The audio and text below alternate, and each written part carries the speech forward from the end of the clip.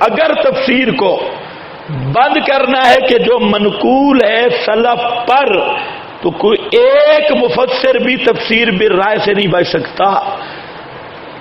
کوئی آپ میری بات سمجھ رہے ہو؟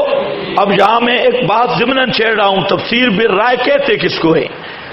تفسیر بالرائے، ان لوگوں نے نام سنا ہے تفسیر بالرائے کا کہ تفسیر بالرائے ہو گئی جی، پہلے متعین کرو تفسیر بالرائے کس کو کہتی ہے۔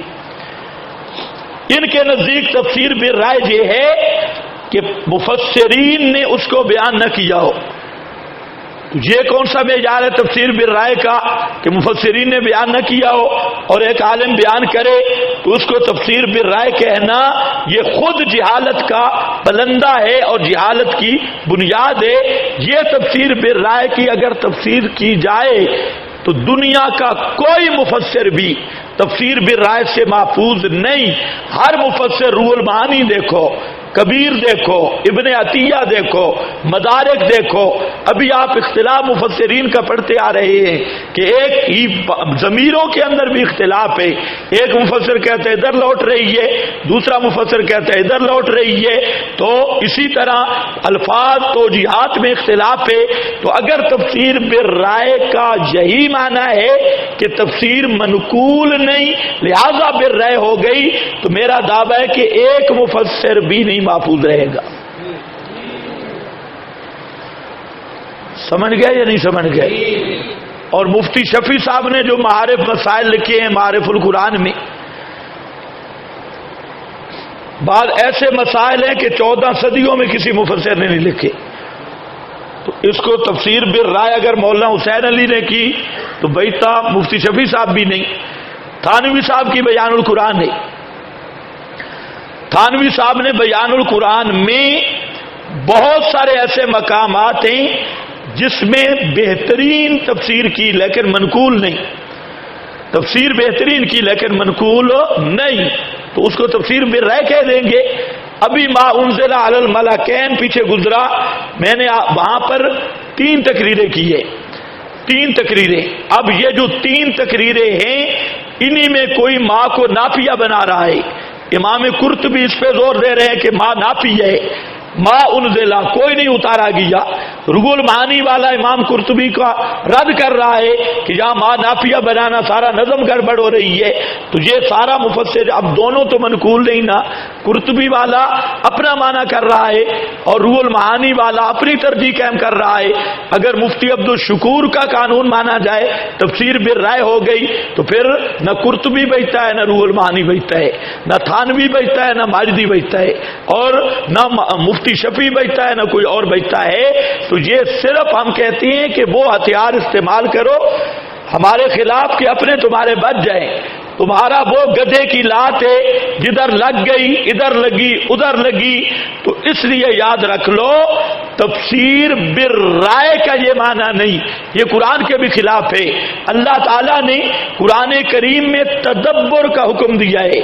اگر وہی جو ایک بزرگ لکھ گیا آخر اس نے بھی لکھی، کوئی قرآن حدیث میں تو نہیں ہے، اس کی تفسیر، یہ جو تفسیریں اتنی موٹی موٹی لکھی ہے، آپ بخاری شریف اٹھائیں، ترمذی کتاب التفسیر اٹھائیں، چند آیات ہیں جن کی تفسیر حدیث میں آئی ہے، صرف گنی چنی چند آیتیں جن کی حدیث میں تفسیر ہے اور چند آیات ہیں جن کی صحابہ سے منقول ہے تفسیر۔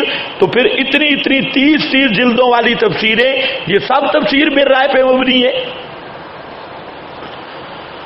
کوئی آپ کو میری بات سمجھ آئی یا نہیں؟ یہ آپ تحقیق کریں کتاب التفسیر میں کتنی حدیثیں آئی ہیں، کتنی آیتوں کی تفسیر رسول پاک سے منقول ہے۔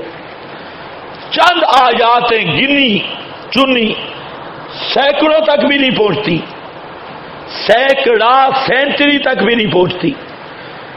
رسول پاک سے جو تفسیر منقول ہے، صحابہ سے جو تفسیر منقول ہے، تو وہ تو ایک رسالے میں بند ہو سکتی ہے، ایک رسالے میں۔ تو 30 جلدوں کی تفسیریں کدھر سے آئیں؟ 50 جلدوں کی تفسیریں کدھر سے آئیں؟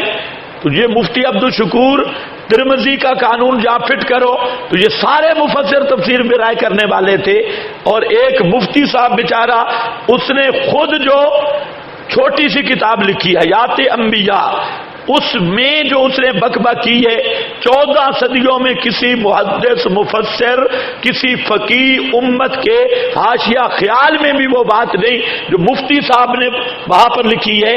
تو اب مفتی صاحب اپنے فتویٰ کے مطابق خود محرف بے ایمان اور تفسیر بالرائے کا مرتکب ہو رہا ہے.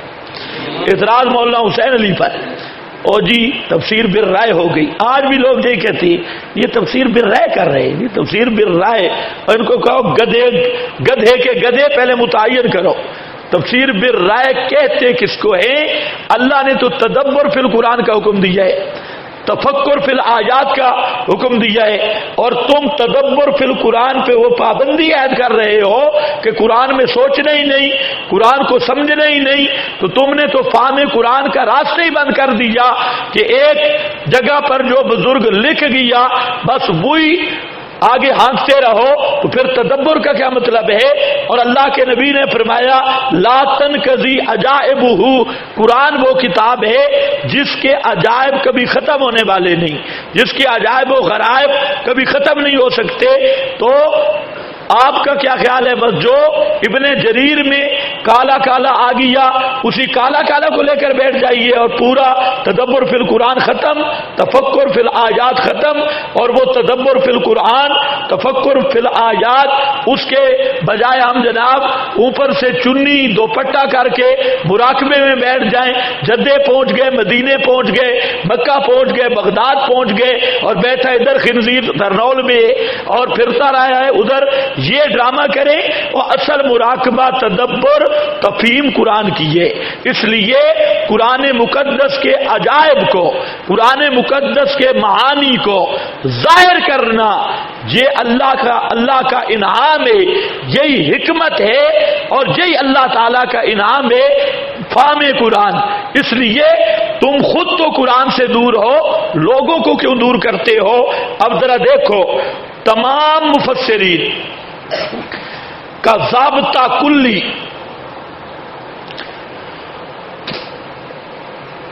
کہ تفسیر بالرائے وہ ہوتی ہے جو کسی نص کے مناقض ہو، کسی نص کتی کے مناقض سمجھ رہے ہو، خلاف ہو. ایسی تعویل دوسری نص سے ٹکرائے یہ تفسیر بالرائے ہے. ایسی تعویل جو اصول سے ٹکرائے یہ بھی کیا ہے؟ تفسیر بالرائے. اور نمبر 3 ایسی تعویل جو عقائد سے ٹکرائے، عقائد اہل سنت، عقائد اسلام اس کے مقابل آئے، تو وہ کیا ہوگی؟ تفسیر بالرائے. سمجھو تفسیر بالرائے کا معنی وہ تعویل جو قرآن سے ٹکرائے، وہ کسی دوسری آیت سے ٹکرائے یا اصول اسلام سے ٹکرائے، جو قواعد ہیں اجماعی قواعد ان کے خلاف ہو.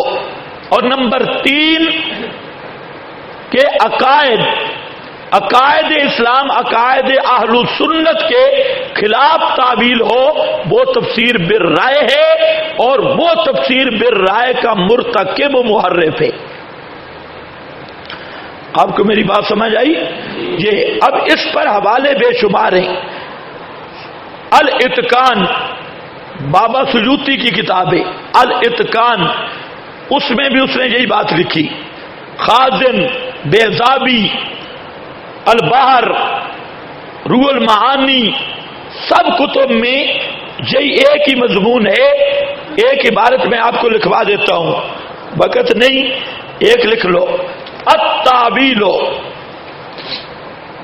صرف الآیت الی معنی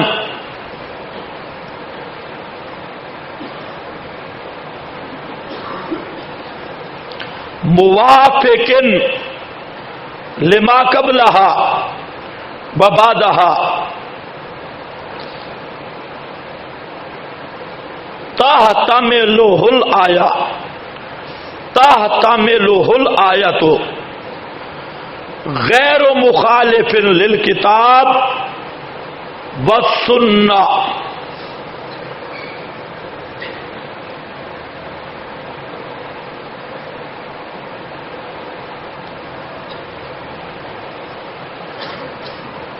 یہ سب تفسیروں میں کچھ میں اضافہ ہوگا، بل اصول، کہیں آئے گا بل عقائد وغیرہ، تو یہ خازن، اتقان، روح المعانی، البحر وغیرہ سب میں ہے۔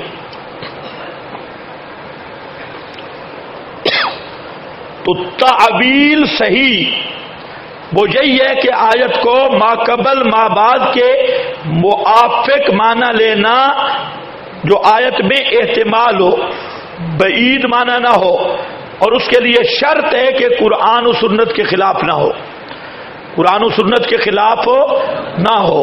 میں ایک آپ کو ضابطہ بتا رہا تھا کہ آیت کا ایسا معنی جو دوسری آیت سے ٹکرائے یہ تحریف ہے، وہ بھی یہی ضابطہ ہے۔ کو سمجھ گئے کہ نہیں؟ غیر و مخالف کتاب بس سننا،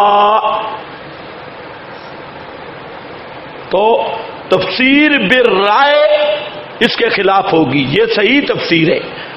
اور جو مخالف للکتاب و سنہ ہو، اصول عقائد کے خلاف ہو، جس طرح فرقہ عثمانیہ، جماعت المسلمین، غیر مقلدین وہ تعویلات کرتے ہیں اور آیات کا معنی بگاڑتے ہیں جو سیاق و سباق کے بھی خلاف، اصول کے بھی خلاف اور کتاب و سنت کے بھی صریح خلاف، تو وہ تفسیر بالرائے ہے۔ اور ایسا قرآنی نقطے کا بیان یا آیت کا ایسا مفہوم جو سیاق و سباق کے مخالف نہ ہو، محتمل للآیا ہو، کتاب و سنت کے مخالف نہ ہو، تو یہ بیان کرنا یہ صحیح تفسیر ہے، یہ اللہ کا انعام ہے، تدبر فی القرآن ہے، اور اسی کا یہ ثمر ہے۔ آپ کو کچھ بات میری سمجھ آئی؟ اس لیے مولانا حسین علی رحمت اللہ تعالی علیہ کا جتنی حضرت کی جو تحقیق ہے، اللہ کے فضل سے ہمیں وہ کتابوں میں مل گئی۔ یہ حضرت کا کمال ہے کہ حضرت کے پاس مکتبہ نہیں تھا اس زمانے میں، لیکن جو انہوں نے تفسیر کی وہ مفسرین سے ہمیں مل گئی۔ لیکن تحویل قبلہ تو اس ایک حوالہ ایسا ہے، وہ مجھے کسی تفسیر پہ میں نے نشان بھی لگایا، اس میں یہ موجود ہے، یہی توجیہ پرانے مفسر کی، تو میں نے نشان بھی لگایا، کاپی پر بھی نوٹ کیا۔ اللہ کی شان اب ذہن پہ ہے نہیں وہ تفسیر کون سی ہے، اور وہ کاپی بھی نہیں مل رہی جہاں نشان لگا ہوا تھا، بہت پرانا۔ حضرت نیلوی شاہ صاحب رحمہ اللہ سے جب ہم پڑھتے تھے تو حضرت فرماتے تھے کہ اس کا کوئی ماخذ مجھے نہیں مل رہا، ماخذ نہیں، بڑی کوشش کر رہے تھے، تو بعد میں وہ ماخذ ملا تھا مجھے، اور میں نے حضرت کو بتایا، حضرت خوش بھی بہت ہوئے تھے اور بڑی دعائیں دی تھی۔ میں نے کہا مل گیا، اب وہ میرے اپنے ذہن پہ نہیں ہے، پتہ نہیں کیا، میں 2-3 سال سے اس کے پیچھے لگا ہوں، بھئی کس کتاب پہ میں نے نشان لگایا، کہاں کاپی پر میں نے عبارت نقل کی، وہ نہ کاپی مل رہی ہے اور نہ وہ کتاب ذہن پہ رہی ہے، قدرتی گئی، ایسی گئی کہ بالکل محو۔ اب دعا کرو اللہ کرے وہ ذہن پہ آ جائے، یہ عام چیز ہے، لیکن نہ ملے تب بھی مسئلہ کوئی نہیں ہے۔ تو اس بات کا بھی ہمیں وہ بات مل گئی تھی، آپ اگر کوشش کریں گے تو ہو سکتا ہے آپ میں سے کسی بزرگ کو مل جائے، تو مل گئی تھی، ہے صحیح، ہے بھی پرانا مفسر۔ اس وقت ہم بڑے خوش ہوئے تھے کہ حضرت کی اس بات کا حوالہ بھی مل گیا ہے جو بڑی ایشو بنی ہوئی تھی، لیکن وہ پتہ نہیں کاپی اب نکلے کہیں سے، اس پہ پوری عبارت میں نے نقل کی ہے، پوری کاپی پر عبارت اور وہ کتاب پر نشان، اور بڑا وہ تو عام چیز تھی، لیکن یہ ایسے ہوا جیسے مچھلی نکل گئی اور یوشع بن نون کو یاد ہی نہیں رہا، وہ بیچارہ آگے چلا گیا۔ ایسا عجوبہ کبھی بھول جاتا ہے۔ ہاں بھائی دیکھو،